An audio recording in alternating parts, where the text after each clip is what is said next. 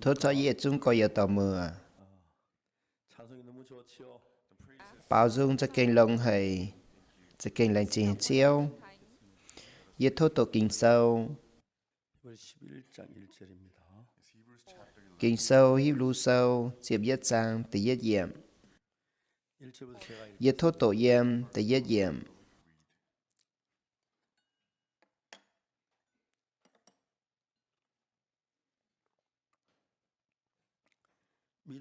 Xem phim sẽ xem tìm bữa mai làm ham ở tu nhẹ cho kinh ở tu và xem tìm bữa mà mới bượt nhẹ cho kinh mai lồn hỏi miền với mai xem phim tu thiên hùng à hơi nhìn bữa với bữa mai xem phim bữa chính tài mình bẻ thiên hùng cùng con suốt vạn hăng chiều xây suốt màn mượt tài hăng này mảng tu bượt nhẹ xây yêm mảng máy bượt nhẹ xây suốt tài. 믿음으로 아벨은 가인보다 더 나은 제사를 하나님께 드림으로 의로운 자라 하시는 증거를 얻었으니 하나님 그 예물에 대하여 증거하십니다. 저가 죽었으나 그 믿음으로 오히려 Với Aben mà xem phim nhìn lồng chĩa pun thiên hùng nhé cả nái cao lồng ca in nhé thiên hùng giả chip Aben chĩa nhé cả nái chiều pun chinh Aben cho tu họp thiên hùng nhanh hiếu với nhìn mà xem phim mấy cú nhìn tài mẹ sen hăng nhìn cho con kiên vả nó. 하나님 저를 옮기시고 다시 보이지 아니하니라. 저는 옮기기 전에 하나님 기뻐하시게 하는 자라 하는 증거를 Với Enoch mà xem phim thiên hùng chip nhìn phào mẹ nhìn mấy tài mấy mai hai tàu hai lọ tu bượt nhìn với chủ thiên hùng chip nhìn phào mẹ kinh sâu con thiên hùng mấy cành chip Enoch pháo vất chản Enoch trở tu họp thiên hùng nhanh hiếu. 나간 자는 반드시 그가 계신 것 또한 그가 자기를 찾는 자들에게 상급을 Sẽ có miền má mai xem phim má hai cháu pun thiên hùng ăn hay với chủ hai tàu tại lò thiên hùng ói chủ xiên cho kênh mai thiên hùng nhé ya xiên thiên hùng chạy trình nhẹ pun lồng hiếu lò đi vứt tây miền. 경고하심 받아 경외함으로 방주를 예비하여 그 집을 구원하였으니 이로 말미암아 Với Noia mà xem phim thiên hùng trình bữa nín bùng gà há hính mái cành bữa như xì Noia thai thiên hùng chiều ấy kiến thiên hùng bữa như vạt cháu nín cắp vào dáng tài với diệu nín nhêm hướng tỏi hang này với Noia mà xem phim nín tỉnh bàm kê như chú ya tu xỉu chào thiên hùng họp hiếu như miền tu như bượn. 받을 땅에 나아갈 바를 알지 못하고 나갔습니다. Với xem phim mà Abraham mà xem phim thiên hùng hiểu nín trước mình thao lãnh cháy pun nín dịp tây nhé tây pun nín mương thiên hùng như và nín trước mình chúng máy hiếu tu nín mình hài. 같이 약속하신 땅에 우거하여 동일한 약속을 Với Abraham mà xem phim nín chiều yêm thiên hùng lãnh pun với năm tây pun tháng cháu khe miền yêm căn phình miền nhé tây pun nó nín yêm độc lưu tháng Isaac cháu Jacob tùng cháu nín xỉu thiên hùng lãnh như và với tây. 그 실터가 있는 성읍을 바랐습니다. For he looked for a city which had Abraham chúa chiến mai còn đỗ vượt nòm trình tông thiên hùng can ta trợ ấy thấy ya châu chẳng miền thấy kia nhé trình với mai xem phim mai cún Abraham cổ hầy Sarah ya mai hai mai sang dùng Abraham tu châu tia với chủ nín xem thiên hùng oi chịp chưa nhé ấy nín lãnh nhé và châu. 별과 또 해변의 우선 모래와 같이 많은 Với nãy mấy cún Abraham chung hang tải mẹ nó yếm nãy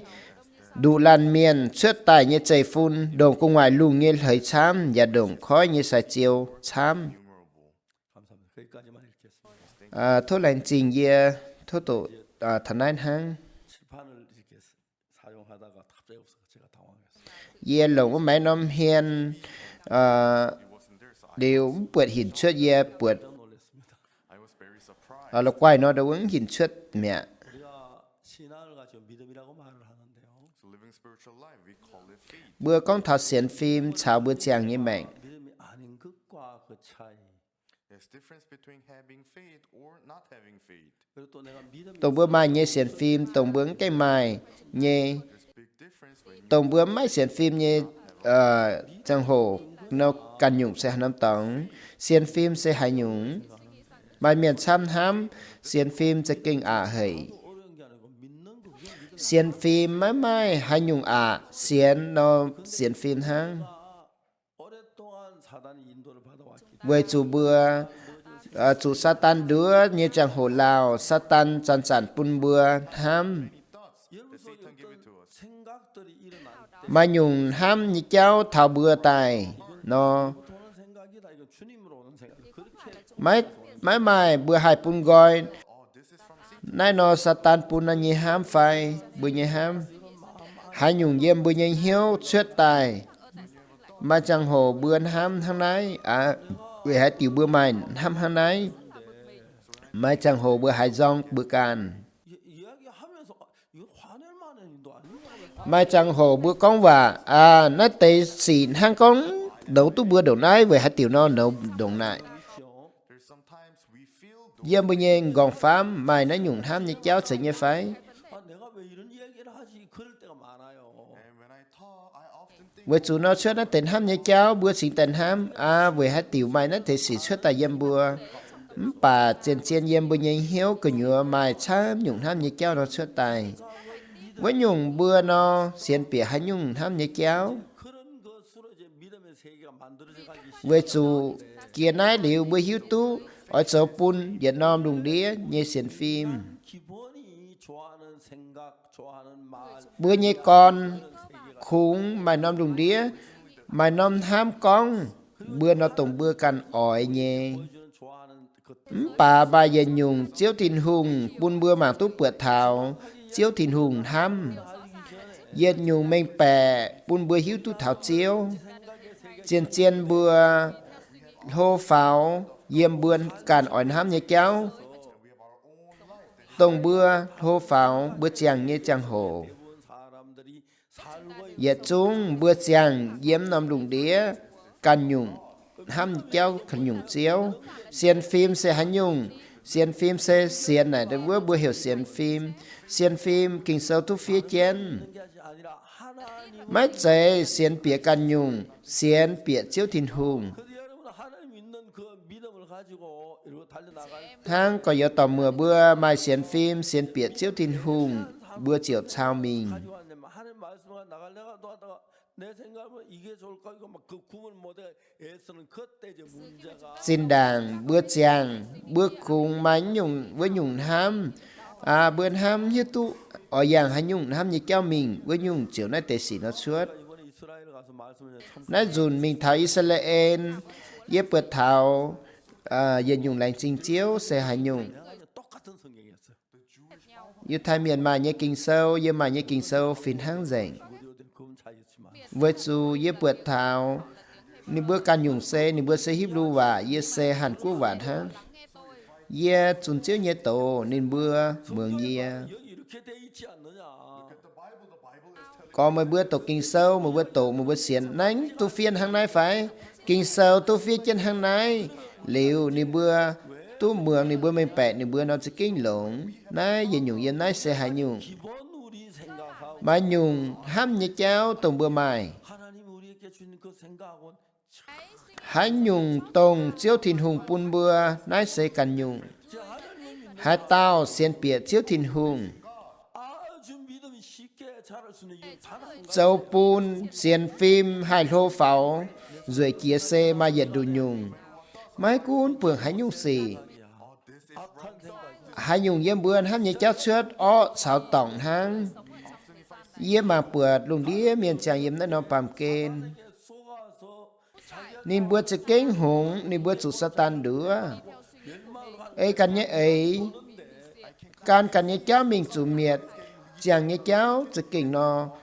khâu 이제 사람들이 그렇지 않다는 bà miền khủng ở chủ trên biệt tổng này nhung 것들이 시험 드는 이유가 뭐냐면은 tổng quốc tế chiếu nhật bầu chủ sẽ hang hải nó 가르치는 그대로 배우면 진짜 sẽ có hộ hải nhung hang kinh sâu tu phía với nhung nó sẽ kinh hùng lũng giờ chúng chiếu nhật bầu mà tên hám bữa nó quay bữa phụ chủ chiếu lũng mấy chạy nấy chạy hang con phiền xanh nó con tổng mẹ với chú mà nó ham như kéo xuất tài hang này nó xuất 여러분 이제 그 가운데 어느 날 이 사람 마음에 mai trong hồn hám mình thảo năm tòng với dù nét tàu miền nhanh hiếu bữa dù với tàu tòng phiên xanh nó giáo tòng mẹ 그 사람들 저하고 서서히 마음의 생각의 세계가 차이. yên nhung yếm nóm hiếu nó tàu miền nó mà nóm hiếu cả nhung 가운데서 복음 열심히 잘하는 딴 사람 nhật chúng chiếu nhật bầu mắt dậy cần tây miền phụ số chiếu nhìn nhiều với tây miền phụ số chỉ kinh lồng với số mai xiên phim xiên biệt chiếu thiên hùng chỉ kinh hùng hời When the time passed, với chút nó tút xây liệp vào nôm đùng đĩa mà nhún hám bữa nó chỉ kinh nó quay và cao lồng cần tao 의 말을 듣기 굉장히 어려워요. yếm nó nóm hiếu tao như miền nó cần cún dầu cún 사람들이 있는데 recently there's a few lấy nãy mấy cô mà miền Sam trước khỏi cứu bang ê nì bữa nó con nó nì bữa trước nó nì bữa cao lồng với chú nì bữa mà nóm hiếu xiển 알기로 우리 교회 때는 bà bữa hiếu tu lồng với tây miền trước khỏi cứu bang mãi mãi hai tàu cao lồng phải quay với chú nì bữa mà hai xiển tu 여러분들이 와서 교회 cún dệt chúng coi giờ tàu mưa bữa mường cứu bang mường chiếu như tổ bản dạy dệt chúng mường xiển tu chiếu như tổ 다 그럴 수도 있고요. nay nó bữa mới hai xiển tu nay mà dũng tiền này yến xiển tu vừa chủ bữa nó ó xin bữa nó chủ giảng nó ó xin mình nó bữa xin tài bữa ó xin hề vừa chủ bữa ói ó xin 그런 많은 생각들이 우리 마음에 yếm bữa nhảy hiếu của nhựa mà nó hiếu nó xuất tài chân chân cho pun bữa bùng biến yếm nhung lồng kiến chia yếm nái sẽ hành nhung 우리가 가지고 있는 기본 생각 자체가 yếm bữa nhảy hiếu ham xuất bữa màng bượt bữa màng bượt hăng có hai thành tu pun bữa bà bữa xiên biển nó nhung bà bữa bượt thảo trên xiên nó ni khung tòng ni cần nhung chiếu nhẹ tổ em tiêu cháu với nhung nó bữa khung chụt miệt there's a fake thing in it. Who believe in this will walk on this straight path. 그들은 내가 이 교회가 잘못돼가 우리가 이래하면 잘 với chú bữa cần nhảy hiếu mình nghe cha hồ kiêu bang y sản giáo tòng bữa nó sợ tu lồng kiêu bang nó tu con bữa nó con hăng này nó tu bà bữa bượt thảo nó nhung bữa bượt thảo con nãy nó nhung miền mấy xem phim coi giờ tàu mưa bị hiếu tu như phải với chú bữa màng bượt hăng cấm tòng bữa màng bượt sẽ kinh nó chủ If I say it, I think this is totally right. 자 이제 그래서 우리가 신앙을 아주 다 người hát này y chàn bữa ở chủ chùn khu phiền phì hang xem phim xây dựng nhung hung hầy với chủ bữa mà nắm hiếu ham nó nhung cho ấy nó chủ bữa nó trở lống bà chiên nó bữa ấy khăn chiếu với chủ bữa bữa thảo dân nhung bữa sâu chiến nó tệ xỉ với nhung bữa chủ hiếu tú với chủ bữa ở chủ quảng bữa năm ấy mấy cuốn bữa nhanh hiếu xuất hai nhung xỉ thăm giáo bà bữa chủ xiên biệt chiếu nhẹ tổ yếm kinh sâu 근데 우리 마음에는 내 생각으로 돼야 될까지 성령 안 될 것 같은 그런 일들이 참 많아. mày chán nhung bữa cả nhanh hiếu mình bữa cả nhanh hiếu chủ kinh sâu mình nó mang tại hắn chủ mày chán tiểu hắn này châu pun bữa chêm bịa yếm cửa nhựa bữa chủ khâu yếm kinh sâu tu con thảo hành nhung xiên phim xe xiên tình tông bữa mà làm ham tông bữa mảng mắt bượt nhé giờ thốt này cả có giờ tàu mưa bữa 여러분들이 바람 yếm có giờ tàu mưa bữa bượt thảo hành nhung tông bữa chuối chân ở chuối chân pun bữa nhỏ xin cao lống ở pun chuối chân pun bữa nhé tổ quay rồi pun bữa nó lọ tôi nhận chăm lọ mình chia lồng với chú bữa mà chăm nhung bữa ở chúa bà yếm kinh sâu tu phía hành nhung mường hang nó tu mường chẳng như phải xiên phim xe xiên tình bữa mà làm hám ở tu nhé 보지 못하는 것들의 증거니 The evidence of things not seen. và xiên tình bữa mảng mái bượt nhé cho kinh mai Have you ever saw such an amazing word like this? người chú bữa mảng bượt mai tế tu bữa bượt thảo cho kinh hăng mảng tánh mai nhé chẳng như phải mai hiết tu hăng hải nó bà bữa mảng bượt thảo bữa chính tay dân nhiều bà bữa nó bữa thảo xiên phim nó ở chỗ xiên tình và mảng mắt bữa nhẹ cho kinh mai nãy giờ có nghe tổng như phải chạy như phải 그 여러분이 바라는 거 많이 있지. mai tham nhung tổng bữa chữa chiến chạy như phải 그 여러분들에게 바라는 게 실상 오지 않는 vừa chủ hắn này bữa nó chữa chiến này sẽ hành nhung to you as a substance. vừa chủ bữa mãi xiên phim 저는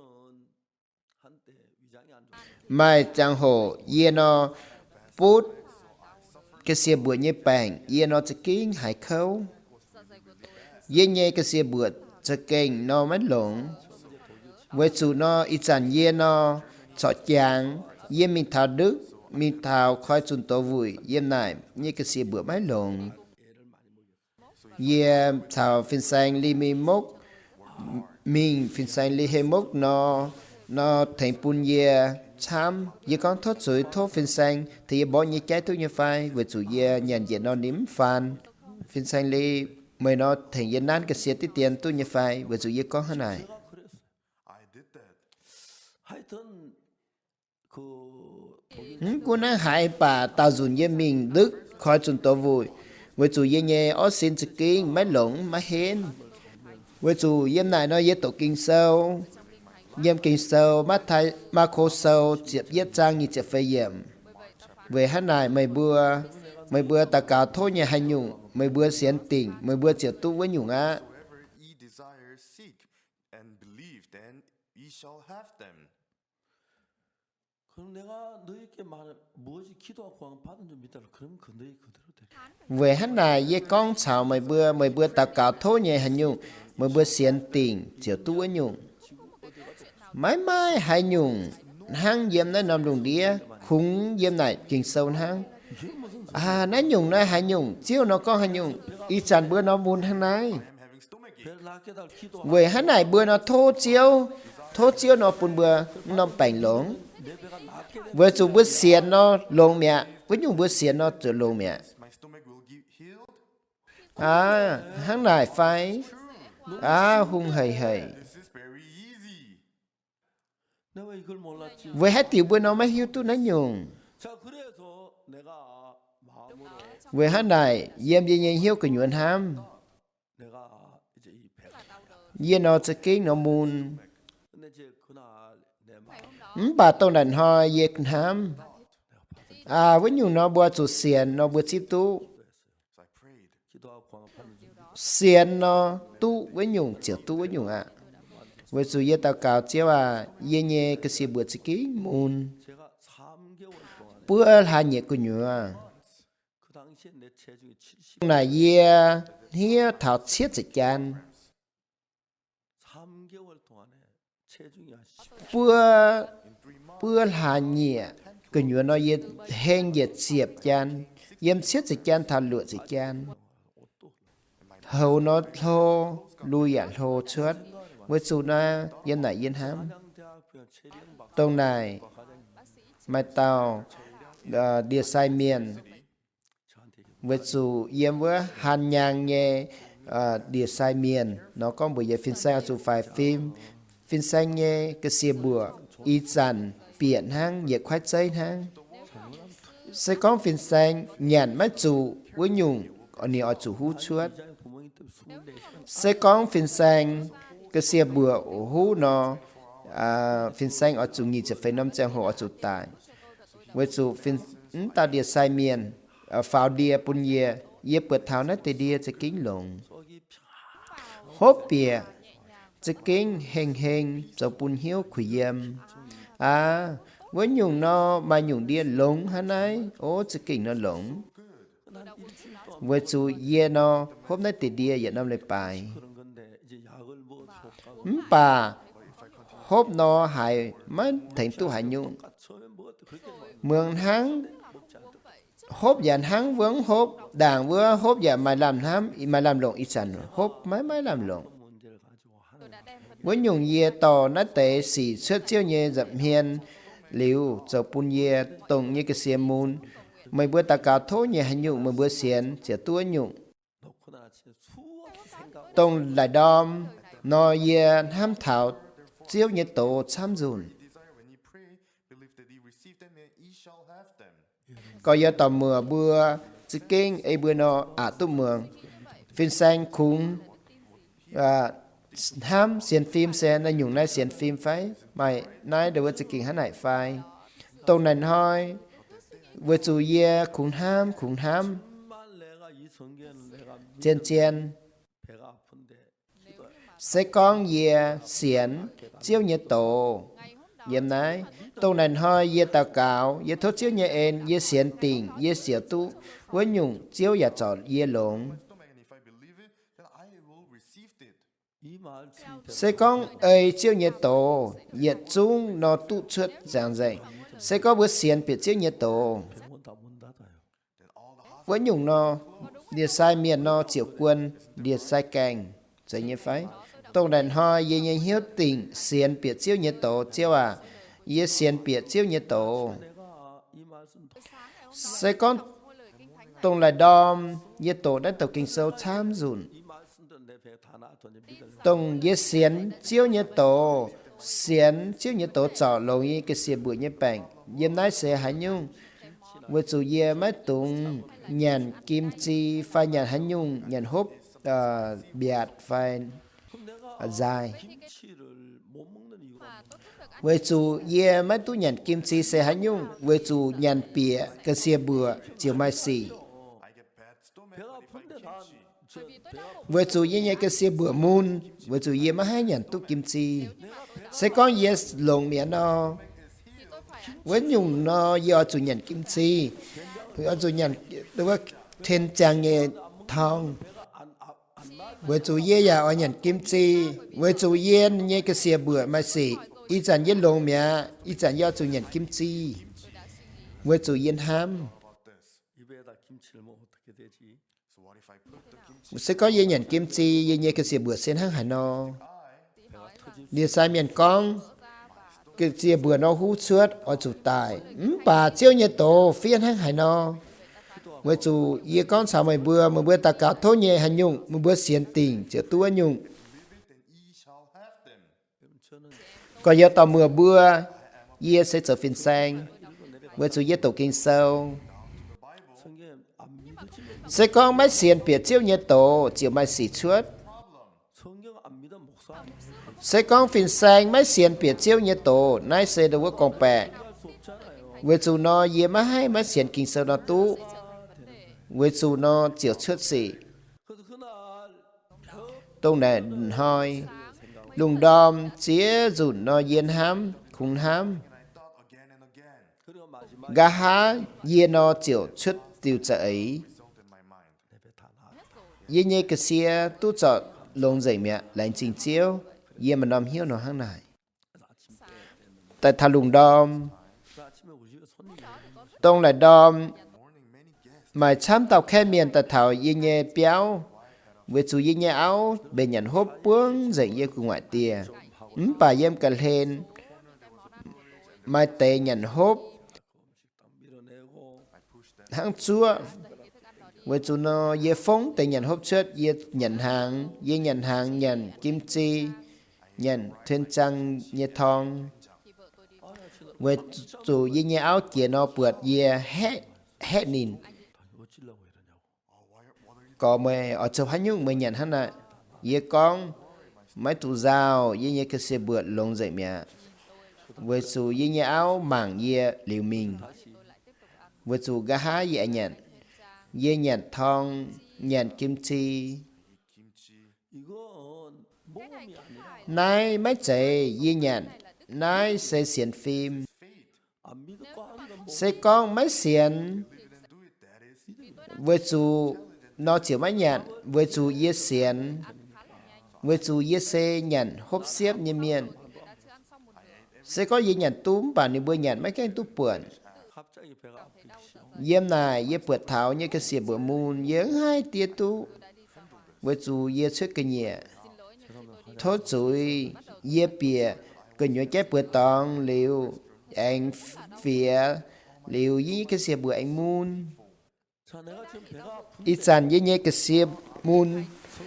bà kinh sơ nó tú phía hành nhung ye xiên biệt chiếu nhiệt tổ kinh sâu nó con xiên nó tú 그러니까 안 나는 게 사실인 것 같다. với chủ yếm này chiên nó yếm mấy cái lồng với nhung ít trả nó chủ trốn hăng hải nó 나가야지 무슨 소리야. 다 xiên nó tú nó cho nhung con xiên nó bên mấy mấy tú 나가야잖아. xiên nó ít sản mấy môn sẽ chạy ít sản ngâm môn sẽ có môn nó mấy cái lồng với chủ yếm nhảy hiếu cứ nhua mà nó hiếu hả nè 예수님께서 야이로 tông này yên ham thảo chia su biệt thờ dây lu như béo dây lu như xía tại mẹ chia su nó con nát đã tao xía mất tại nhìn buổi chiên tháng này 야이로 딸이 예수 눈에 딴 사람들이 can ta miên ni bữa mạng hang dây lu như xía nó tại mẹ In the eyes of Jesus, she was alive. 주님께서 내 배가 다 나았다고 내 배가 나은 건데 bà chia su mạng bượt nó trọt chàng chiếu trò lông như bèn với su ye nó mạng hang ít sản như cái xía cho môn bà chiếu trò lông bún ye xiên tháng này 정신 때 또 밥 한 걸. lung đó lung án ye anh nhận dòm hàng Of rice. 그러고 난 뒤에 정신 때는 설사를. với su nhàn bà lung án như trang hồ như cái xía mấy phía tông này mà hay nhung xỉ nó suốt 전제 막 외식하는 거 별로 안 좋아하는 편이에요. I usually don't like to eat out. ye sẽ ye tao miền mấy ở chuyện cái nhiều nhận hàng như miền mà tao nó hiểu ye nó cũng hiểu ye chuyện cái nhận hàng 좋다 그럼 식당 내가 정하면 mà dùn ye nó ye con ye kín ye nhận ye tòng 데가 있으면 아예 있다고. If you know phiên sang mà hiếu tu hà năm hàng phẩu khu hiếu như phải ye hiểu tại thao lê bài tòng với chú ye mình diệt mình cái đĩa đào đĩa bùi ye ta phạm rằng ye má hà năm tòng cao khu chia bùi kiều bang thảo 뭐 식사하러 가자. với chú ít trả nó ni bữa mấy hiểu ye chết cái nhiều nhận hàng 외식에 먼저 막 까마득해요. với chú ye xây tầm miền mấy ở chết cái nhiều mình nhận 저제 이번 우리 교회 식당이 제일 입에 맞아요. so our cafeteria bùi ye hàng phẩu ye bùi kiều bang xây chỉ kín nhận hộp ye ye rùi 불가피해서 외식을. tông nền ho ye nó má hai mấy mình với chú ye nó chết cái mình nhận hàng it was the buffet at the Hyatt Hotel. với chú ye chết cái nhiều mình nhận buffet 보니까 뭐 전복죽이나 전복. tông nền ho yên ham cái xia mun hắn ấy bùa chủ nhận chuyên hàng I just have to eat some 내 porridge. 배가 다 bà bữa nhé cái xia bữa lông dậy mẹ 그날 진짜 막 접시 갖다 잔뜩 막 생전처럼 그래 많이 먹기 싫어. 막 저기 없는 정으로 엄청 tông này muốn ye nhận chám chìa 그날 저에게는 tông ye như mẹ 배가 불루해 막 차를 몰고 집에 왔는데 với chú ye tông này ye cái xia béo liu ye niêu xia dần ye cái xia mấy phía mẹ tông này đom ye cái xin tài liu ye tu trò lông dậy 딱 24시간. yếm nhị chỉ phải năm chẳng hồ 제가 이런 경험을 처음 ye tu hộ thảo chám nhung lấy nhung yếm kinh sâu nó tu phía hành nhung với chúng mới bữa tao cào thô nhà hành nhung mới bữa xiên chở tua nhung với nhung ye chở chạy bún mới bữa 너희께 그대로 됐다. oi chú xiên chở tu với nhung chở tua nhung ạ sẽ có bữa tao cào chun chiếu như tổ Satan chăn chăn bún bữa tham như kéo yếm bình nhân gòn phám yếm chiếu như tổ cứ nhua phía xiên nó tu bà yếm bình nhân hiếu cứ nhua mà nom hiếu nó mà xiên phim bữa nó xin màu bướng hát sở tu 하나님 말씀 믿는 믿음으로 발을 내. với số nó tới ham như kéo bữa nó mà hai sao chào mình tu với xiên phim 이제 신앙생활 với số bữa chẳng như mẹ nó hát này 신화의 성경에 보면 분명히 với số bữa mà bởi kinh sâu chế su tinh tài với em sẽ giảng kia với giáo dạy bữa nhé chuối 예수 피는 내 죄 다 사해졌으면 내가 오이르고 죄가 với nhung chiếu giáo dạy bữa nhé chuối với nhung bữa tu giáo dạy mẹ 오늘 많은 tông nền họ in hoi mà chăm nhung cứu bang chế su tinh tài em với sẽ giảng kia giáo dạy này bữa nhé chuối bà này bữa con này bữa sẽ chuối miền But we're still sinners. 그런 유명한 목회자 설교는 대부분 다 그렇게 nhà chúng phiên sang chun chiếu nhé tổ này bữa nó có hắn này 우리가 죄인이라고 그렇게 giáo bún kiêu bang miền ni bữa sẽ chui miền bà em kinh nhựa kinh sâu nó mắt tu phía nó hăng này 그가 찔림은 우리의 허물이 với chủ nín với bữa nhé chui chủ tinh với bữa châu ó nhé xì ni chủ môn với chủ nín chủ xiêm với bún bữa tu bành on với chủ nín bó bữa bữa tu trỏ lống 우리는 양같이 bữa giật xuống hang bực kỳ dùng giang tổng kéo có miền nhé kéo bà chiếu thìn hùng châu bún bữa nhé giật xuống chui diêm nín 여러분 이 이야기가 có nhớ tao mưa tôi nói tiêu câu 성경에 예레미야 30장 tu suốt yếm kinh sâu yếm sa ya sâu chỉ phạm trang từng từng yếm từng lụa yếm That is coming out from the Jeremiah chapter 31. 예레미야 31장 với chủ bữa anh tổ mình Yeremi sâu phạt chỉ viết rằng 31절. Verse 31. 여러분 우리가 예레미야 31장은 이스라엘이 바벨론 Yeremi phạt chỉ viết rằng phạt chỉ viết yếm 바벨론에서 한 이야기예요. So Jeremiah chapter 31 is the time when Israel was con thấy Israel ni bữa chủ yếm chủ trang mình dầu yếm Babylon 바벨 포로 때 너무너무 예치롭게 yếm cái nhựa kinh sâu này tu phía con thảo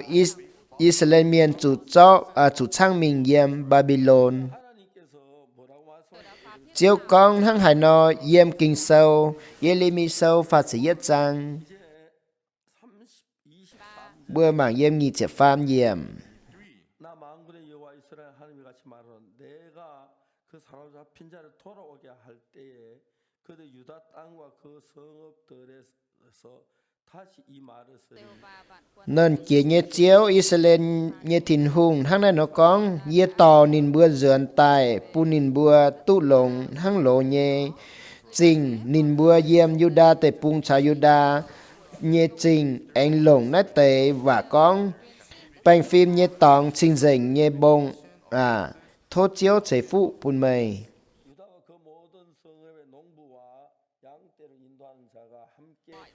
Yuda tề pung chào yếm Yuda nhé yết trung trình nhé miền tu chuyển kiến yếm vừa liêm châu đầy nhé miền chào chiến nái chiến vừa nhé miền chào chiến nín vừa nhé bậc kỳ dùng quan yoi pun khâu nhé miền hên chế tài tao hiếu mau nhé miền yết tu pun nín vừa phương ấy tháng nào yê ỏi yê nhé tài mạng yê hại yê yom khu nhé với chủ Yeremi chủ cho như chẳng hồ liu Yeremi con nó thế vạ 그 포로에 대해서 종사령과 비참하게 산 그들에게 소망으로 내가 이스라엘 세우겠다고 이야기를 합니다. với chủ Israel miền nín bữa nó chủ rào chủ khâu với chủ chiếu bùn nín bữa mà làm tham nín bữa liệp nín bữa như quyết kiệt tài với hai tiêu nín bữa chủ cho mình chầu nâu với chủ bữa mà kinh sâu xuất Egypt sâu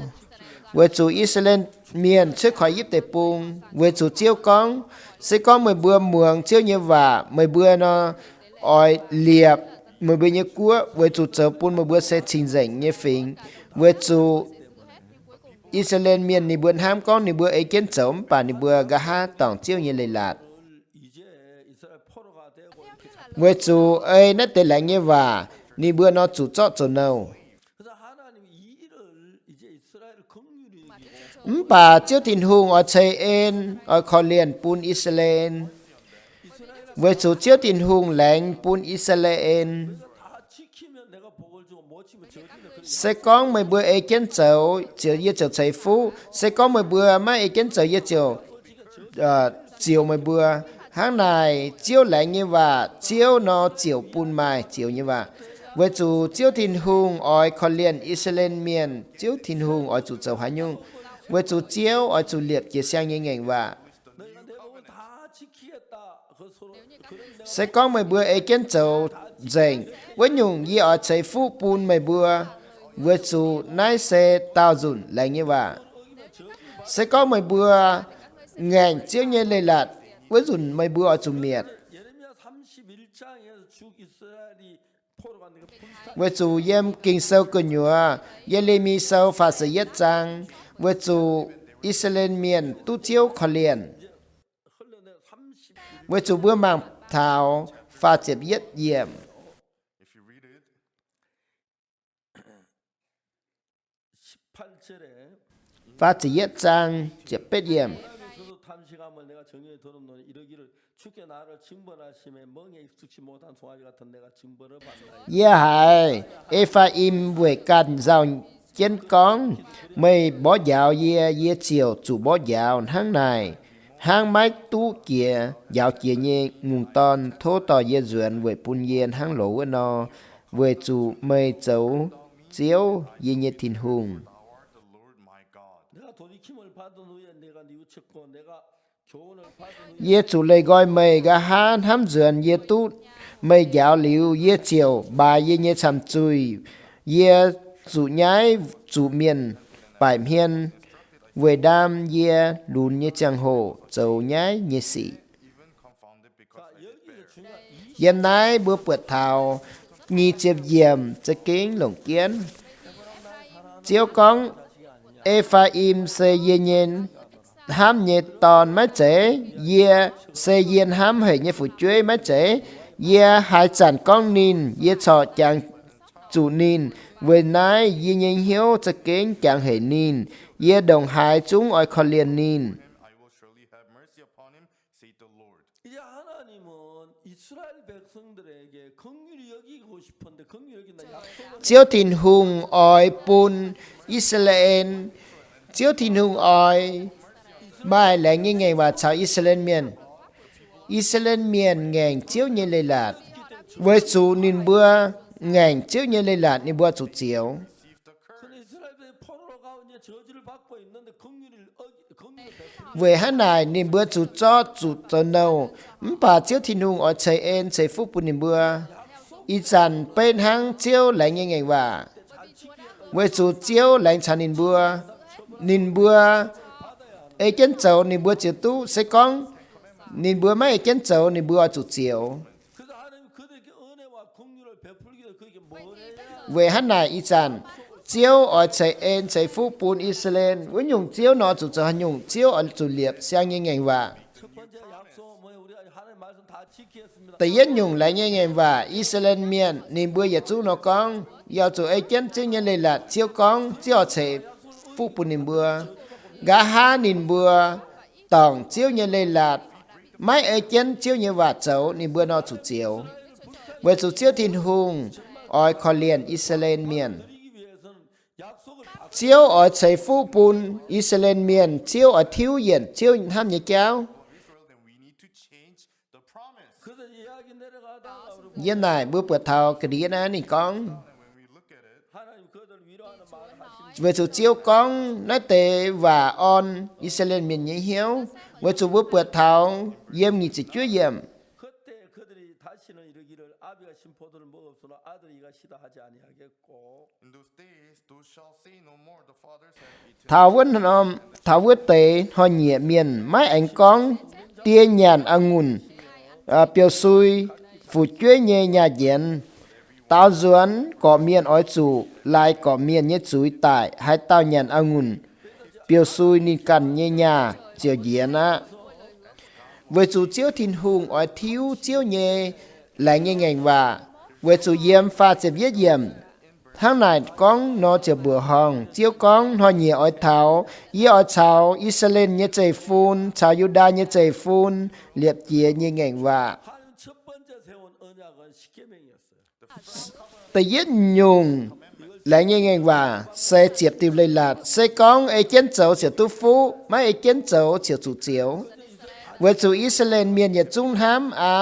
nhật trung ấy kiến châu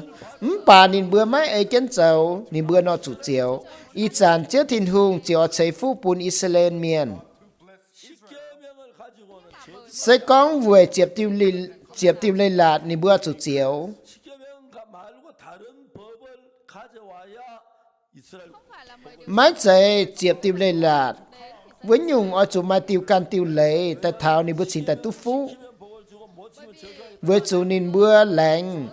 chào chiếu với chủ ni bữa ấy kiến châu chiếu tu phú với chủ ni bữa mai kiến châu chiếu chủ chiếu 그래서 하나님 십계명을 다 Israel miền ni bữa tòng chiếu như lê lạt với chủ ni bữa chiếu chủ chiếu 문이 불타고 그래서 Jerusalem trình chiếu chủ tấu dìa burned, and every city was burned. 그러니까 이제 하나님께서 그 법을 với hát này chiếu thìn hùng ở khó liền nên bữa chiếu chính tài ở chủ thiếu lê lạt 복을 받고 모시면 sẽ có mấy bữa ấy kiến chiếu như lê lạt ấy kiến cháu với nhung mấy bữa nó chiếu tu phú mai nó mấy bữa chủ tài giảm lê lạt sâu nó mấy bữa ấy kiến cháu mấy bữa bịa bịa chút chút và tu phú mấy bữa nhẹ bùn phai mấy bữa nhẹ nấu cáo nấu bể và chúng tu phú 옛날 우리 그걸 끓이는 복이라 해 복을 하는 거예요. bên hang chín đảng bữa cháu vừa bướng giói pháo 그렇게 하면 복을 받아 sẽ có bữa ấy kiến cháu nó chiều tu phú 다 하는 게 아니고 Israel miền bữa mấy trời bám chiếu nhẹ lê lạt hăng ê chiếu nhẹ lại nghe và nè bữa nó ở chủ chiếu 근데 모든 사람들 bà giờ chúng miền với chủ nè bữa nó lồng khá ấy kiến lê lạt nó cháu 성경 안 그래 딱 bài bữa tổ kinh sâu bữa bữa thảo kinh sâu biệt thảo dễ nhanh hiếu yếm cái nhựa kinh sâu yếm li mi sâu phát sĩ trang phát sĩ yếm 이스라엘 집과 유다 집새 언약을 세우리라. chiếu con họ nhiều ở thảo y ở thảo Israel như trời phun thảo Juda như trời phun liệt chính ngành và với chủ ấy kiến đây là chỗ nó tu phú ấy kiến chỗ nó mất tu phú Israel miền mấy thảo ấy kiến đây là nó chỗ tu bà gà ha nín bữa ở chủ chiều hang này nín bữa chủ đót biệt chủ tại 인간이 더 với chủ bữa ba miền đại hốp và ó sẽ có bữa ở giữa tu nín bữa với chủ chiếu ở thiếu hiền đây là chỗ hang hải nó mấy cuốn chỗ trà mấy cuốn con bè mấy cuốn bám chuối 은혜를 베푸는 법이라만 아니면 khung mai lây lạt về en với nhung bữa ba miền nó cũng chủ chiếu Committed sin, then they need to be cursed. bữa giờ chúng bữa mà hạt tàu nó bữa mấy con bè như phai 보지 않은 사람 어디 있어요? bữa hãy tiểu bữa nó mấy hạt tàu nó do miền phai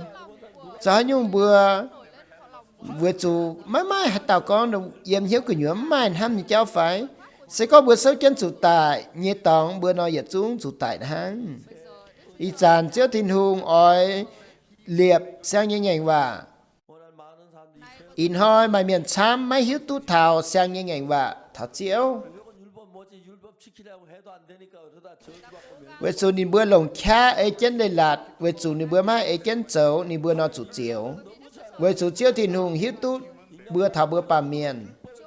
chiếu hiếu tu bữa mai hạt tàu ấy chân chiếu như lệ lạt cho tu yếm nó đùng điện này 율법과 재판하면 인간들은 진짜 못 지키면 자기 잘 지키는 척 với hắn này 애써 지키는 với chủ bữa xiêm chiếu ấy chiếu như lệ lạt bê chẳng hang con ở ấy chân lệ lạt chấu 믿음에 대한 in hoi bữa ở con thảo xiên phim 이 믿음을 갖게 되면 sẽ con ở mai xiên phim yên nhung sẽ kính bữa hong 근데 우리가 십계명을 믿는 믿음 가지면 다 저주야. sẽ có bữa mai xiên phim bữa ấy chân chỉ tiêu lệ lạt chấu tu nó bữa chúng chủ chiều yếm yếm li mi sơ phát chỉ yết trang phát chỉ yết nó con bùn bữa 언약을 세우리라. Behold, the days come, saith the Lord your họ nhiều ở thảo 이 언약은 내가 그들을 열주에서 내고 애굽에 인도한 내 날 생각하지 아니하리. ít chán như ở liệp như ngày và chả yu Israel như chả Juda như trời phun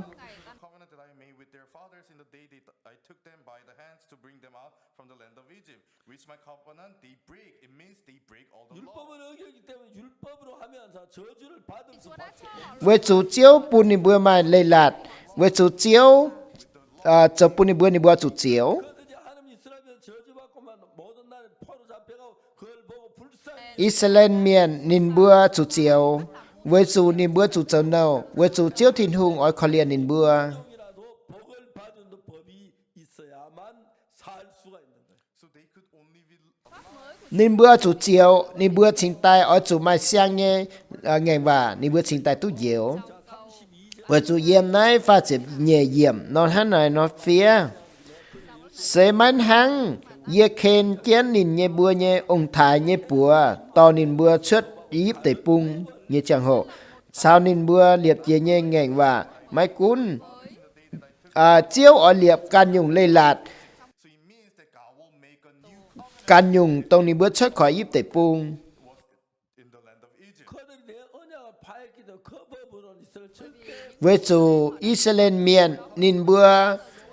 chủ chỗ tổng chiếu nhẹ lây lạt liều nín bùa má hai bùa nín bùa tu phú chiếu ở liệp sang nhẹ ngành và bùa nín bùa sẽ hành nhung 전혀 다른 거 전혀 언약 다 파했기 때문에 전혀 언약까지 하면 다 저주를 받고 nói nhung ngàn như lấy nhanh và xe ra với căn nhung với số lỗ như ngày và chủ quảng mẹ 이 언약 내 그들을 phát triển nhiều diệm So xe mến hăng ye khen trên nhìn bữa nhé bùa ê lấy xe tông ớt tế lấy lạt sách quảng với nát tế ngành và nhìn bữa nó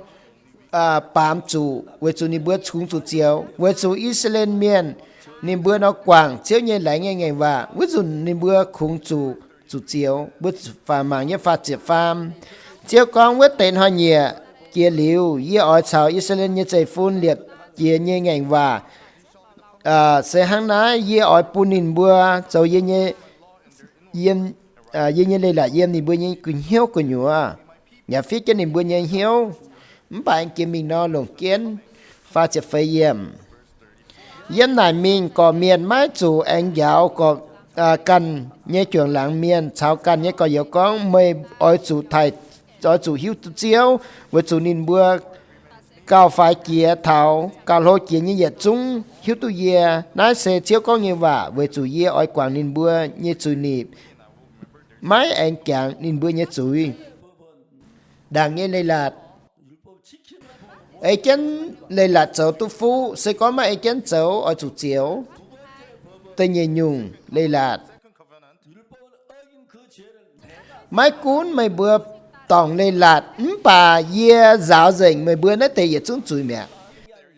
mấy chế bữa giáo bà chiếu giáo bún bữa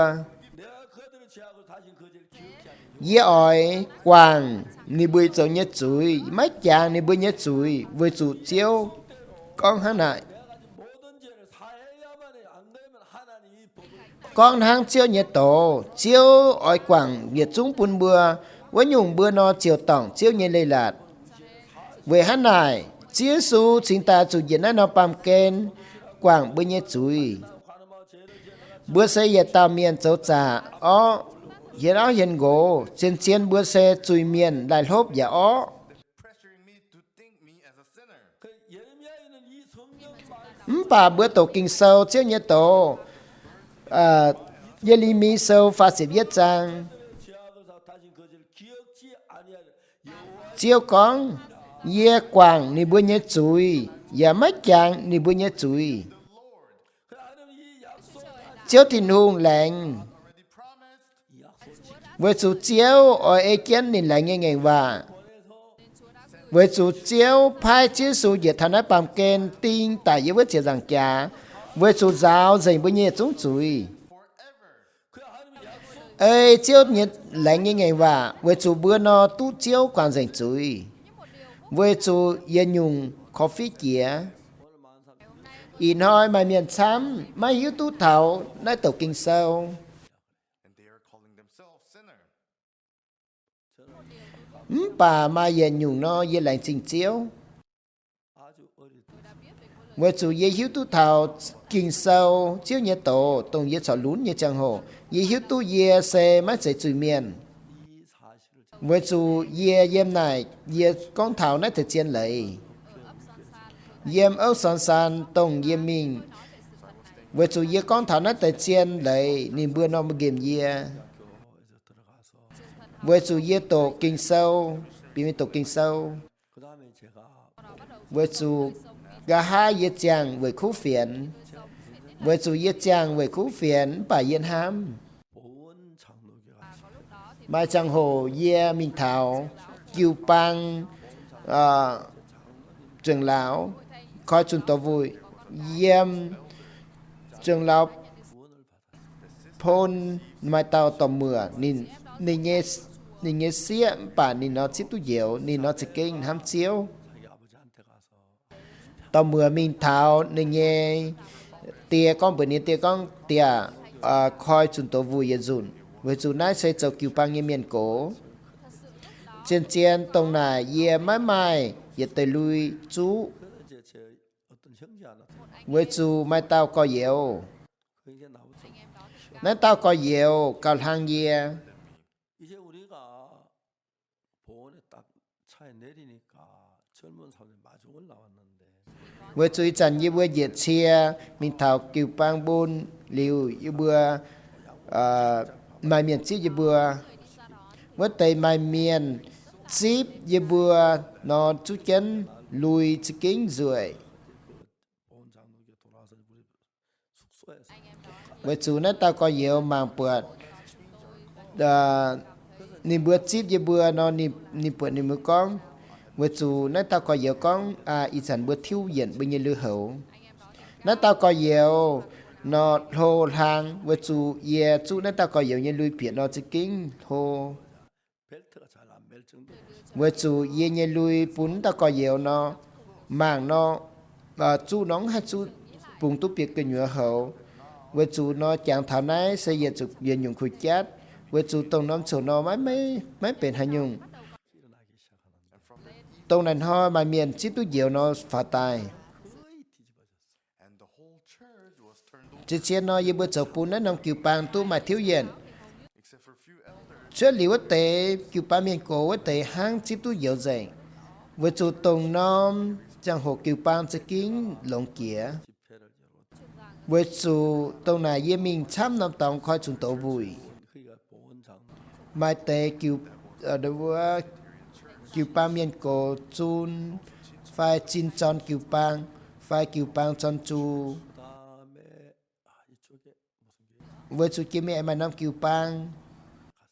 And one more church. 산청생 촉교회 And also the Sancheon. với chú yếm san trong kiểu bang xanh châu kiểu bang 참 가까워. tông này mai miền chăm chip tu nhiều nên bữa sau chết xin với chú yêu chào nên bữa nít phát 대전 올라갈 때마다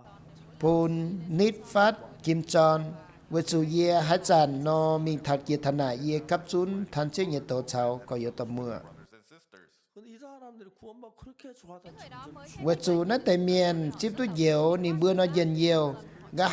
ha nên bữa chủ tụ tại mình yên hăm về hai tiêu nó tại xỉ nó chuốt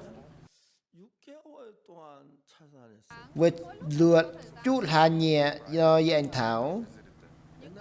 với chú nó tại miền chip tu nhiều nên bữa dần nhiều ít chẳng nên bữa là lao nó chủ tại 제3을 받아도 제3 받지 않는 목회자 밑에 있으면 율법 행위 들으면 자꾸 tông này ye chính tài ham nó tại miền chip tu nhiều sẽ con chủ chàng yếm nó tại phiên sang với chú nó ấy cái này là cháu nó tại nó hiếu của nhỏ chủ tại I only thought about preaching this gospel. cũng có ye đủ can chống và do chuẩn khu phiền yếm này tai yếm gì nhanh hiếu nó thiếu diện 복음을 전하보다 전도자 ye mà năm hiếu ham với nhung bữa chủ dùng cho phiên sang yếm chuẩn khu phiền yếm miền thảo ye xin chúa bé chết chỉ yết ye tông ca thảo chết trên nhẹ ye bữa chiều dùng chuyết ân xúc 원수의 72년 그인데 1월 25일생이에요. nghi chép trình nhẹ hai nghi chép ân xúc xuất sấy 73년 1월 25일 은숙이 돌이었는데 So 19 nghi chép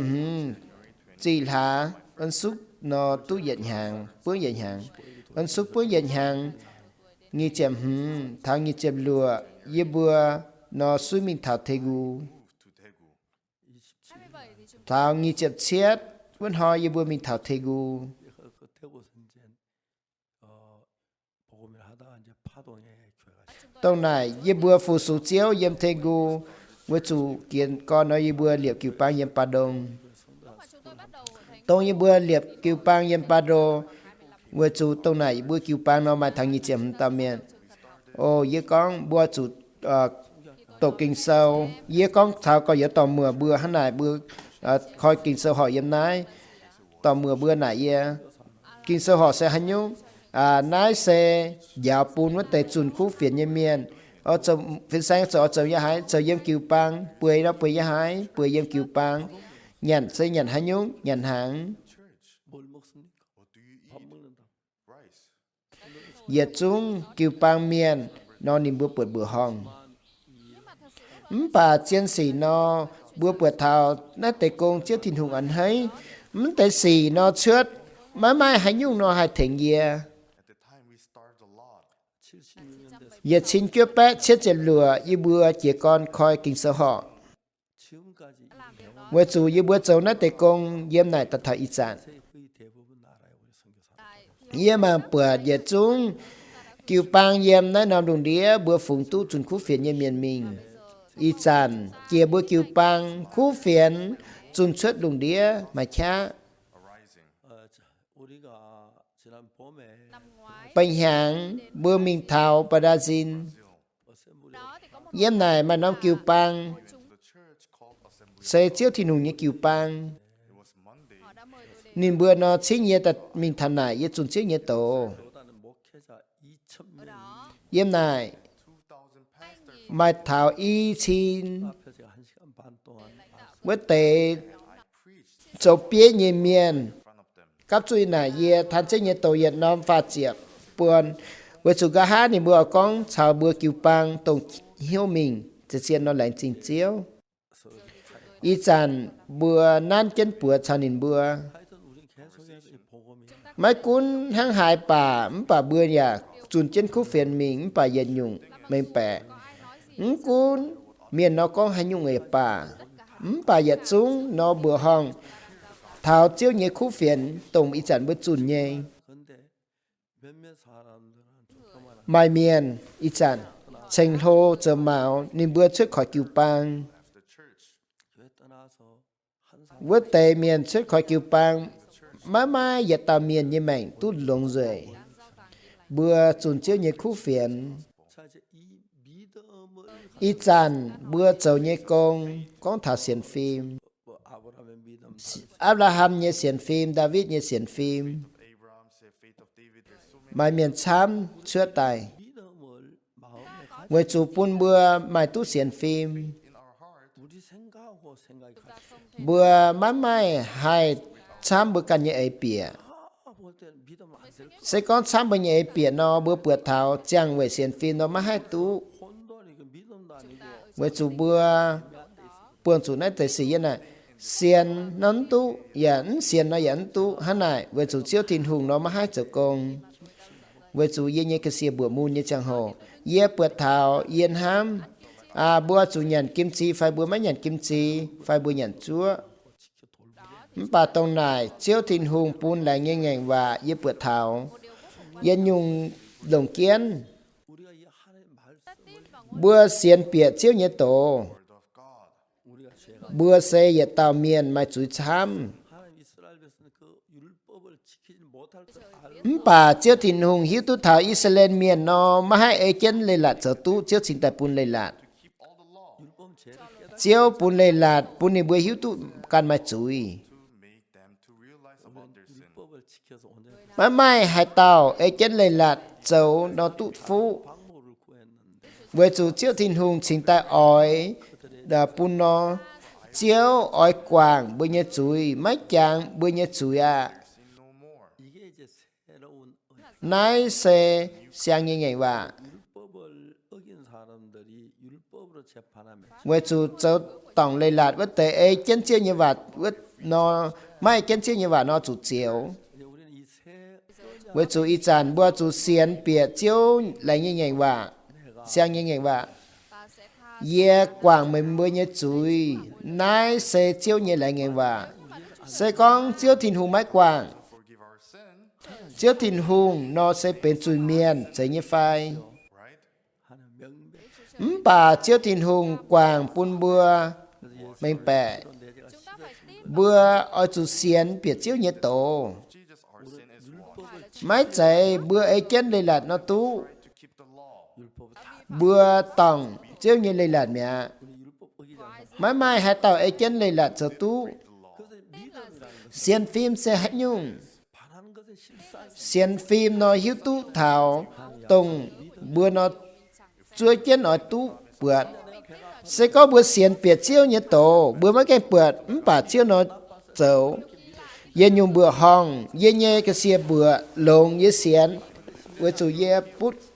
bà diêu như vậy chiếu nó trò lồng bún yên tông này yên hám yên hiếu tú anh chàng tú đồng hải lao yên nhung nó yên lại trình chiếu y chàn yếm nó đùng đĩa bữa nó chuẩn khu phiền our missionary. 지금 미국에 한 20개 y chàn yếm mấy cua mai thao nhịจะlên năm kiều bang 미국 50개 주민들 mấy cua mai hứng chiệp nom xanh 앞으로 계획은 미국 각 주마다 우리 교회를 10개 만드는 거예요.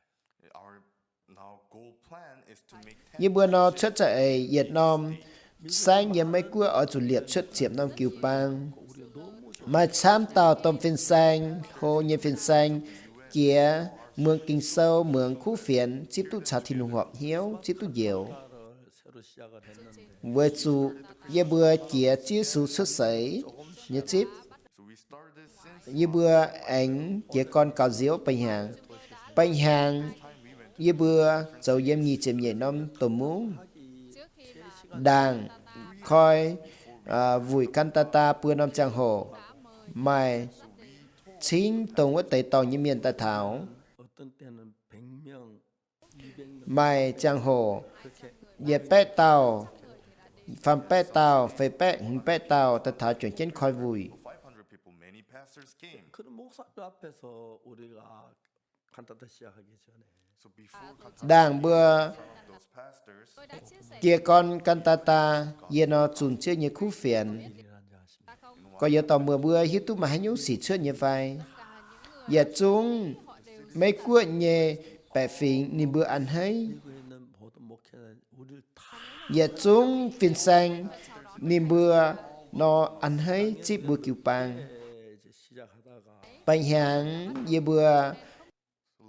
bữa nó trở tụ dài hơi ye bướng hai chín tu tổng 게 하나 있었는데 그때 토요타 센터라는 mai năm tổng nó khùng đâu Toyota Center 뭐 있는 장소인데 it's the place that ye năm tổng hai cấp chún yếm chiệp xin tàu miền nhàn lồng nhàn nó chỉ kén chạy 잘 모르겠지만 I couldn't remember the về rồi yến chẳng tu lồng bảng như tu nó lồng bự chia nhàn 말도 안 됩니다. yes, the church that's small around 20 to 30. kiều bang nhị pha chợ tàu miền mà hai cháu tu chặt xỉ pháo về chủ ni bươn ham 근데 많은 미국인 목사님들이 về chủ gã hát ni bươn hiếu tu bươn nó khói vùi 그 건물 임대비 처음 수편을 뭐 1,000불씩 2,000불씩 ye chúng ni bươn phía bìa sau ni bươn trường kiến phong họ nhàn thèn kiến dầu 큰 공연장에 khói vùi như con nãy cho kinh nó lồng nãy đã qua yếm nó béo hồ đốt đồ này ni bươn tại thảo chuối bướng yếm này yếm Mexico mai chám nom chia với chủ ni bươn bìa tai ni bươn trường kiến khói vùi 칸타타에 참석했던 목사님 거의 다 mai chám ta phiền xanh trường kiến khói vùi chia chia su xuất sấy liều ni bữa con oi thèn bún bữa kiều bang liều trường kiến bữa kiều bang chầu công 1시간 반, 2시간 동안 보고 ye nom mang phải y năm chẳng hồ ye chun chưa như khu phiền ni bữa nó chip tu dẻo 저는 믿으면 사람이 아닙니다. với chủ ye xe ye tam miền xe mắt mà xiên phim bà ye khủng nhé 그러나 하나님의 말씀은 믿을 수 bà ye xe ye tam miền nó mà hay nhung bà ye khủng ở chủ xiên biệt chiếu nhé tổ ye nó con bè ye châu và ye kéo xăm bà ye xiên ye chiếu Giêsu ye tu chào chiếu thường họp hiếu ye chàng về chiếu lại như ngày và Giêsu tin tại ye với chiếu rằng cha ra dạy ye bữa ye chúng chuối nãy sẽ xiên biệt chiếu Giêsu chiếu mấy chàng bữa ye chuối tông in hoi mà miền chăm yếm hàn quê kiều bang ni bữa lộ con thảo ni bữa sẽ chuối miền 어렵다 한다고 이단이라 하기 với chủ bữa con thảo bữa chú sao chiếu thiên hợp hiếu với nhung nó thì bữa con bữa nó chá chiên nó nái chỉ kinh nó với chủ ye chủ chiếu nhớ cú phiền yếm hiếu tu nó do chủ lành chính chiếu đồng hải chám yếm nó nằm đồng đĩa in hoi mà miền chám nhớ kiều bang kia bữa kiều bang chủ nhớ cú phiền sẽ hay nhung xiên phim sẽ hay nhung xiên phim sẽ tổng bữa mắt chip bữa nằm ở xin Satan pun bịa bữa nhanh hiếu chám nhung và miền ham nhớ kéo fleshly desire and also the thoughts of human to you. 하나님의 말씀을 부인하고 với chủ bữa mắt chip chiếu như và liệu bữa ấy bữa nhẹ ấy với nhung mấy cún bữa hạt tàu ép bà có yếu tàu mưa bữa ở chủ xiên biệt chiếu thì nung nhẹ tổ có yếu tàu mưa bữa chiều bên chín dậy như miền 작은 예수가 bún mày bữa chiều bên chiếu số phải như mày bữa sẽ có bữa mà xiên phim 제가 오늘도 y nói như dặn ham hàng này 김치가 처음에 우리 삶에 tao dùn ye mình thảo kim tròn ye nhẹ áo mày cùng hòa cái xiên hô vào với chủ tông này bữa chàng nó sẽ kính khấu với chủ tông này bữa lộ tiếng ngỏ chía hỏi So I brought my wife. với chủ ye tỏ ye nhẹ áo mình thảo nom phụ chuối mai tại mà như tổng 원장 좀 만나고 싶다 만났어요. And I said, I want to meet the với chủ nó ye mình thảo này ye mình buông cho bia như miền 왜냐면 얘기했어요. với chủ ye mình thảo cho bia như miền 우리는 어린이 전도청 ye bữa xe ye tao miền alo chun khu phiền pun tại phụ chuối 과원을 떠나야 yếm nó tại phụ chuối nằm chăng phụ chuối mà tại mai chăng nó thảo chỉ bên hàng nó ni bữa chơi kinh nghiệm is when those children become 18. với chủ ni bữa thảo bữa chỉ bên hàng ni bữa chơi liu ni bữa mai khu phiền ni bữa chàng thằng hải nó ye mai kiếm chủ như sẽ hành nhung ye kiếm chủ nó ở pun nó tại phụ chuối pun tại ye giáo tại phụ chuối kinh giáo kinh sơ pun ni bữa pian hỏi 그 원장님 với ta cho bia như miền nó ye ta cho phiền sang như miền mường ye con hắn này ni con với nhung mười cuốn sổ hắn này ye nhẹ áo dạo bà dung So we did the Bible study. với chủ ye hộ kinh sơ sản in bữa với chủ cho bia như miền yếm ga hát ga mường hải dậy với chủ ni nó chỉ kỹ nó ỏi 그래가지고 정심을 tông này ye bữa tu chính nhận hàng 한번 놀라는 걸 처음 봤어요. And my wife got so tông này tao dùn ye bữa ye nhịp áo bữa hòn 먹었어요. and that day tông này ye bữa tu nhận chỉ kỹ nó khú 영공 가르쳤어요. với chủ nhận bà luôn an điều ye anh giáo kinh sơ pun nó tại phụ chuối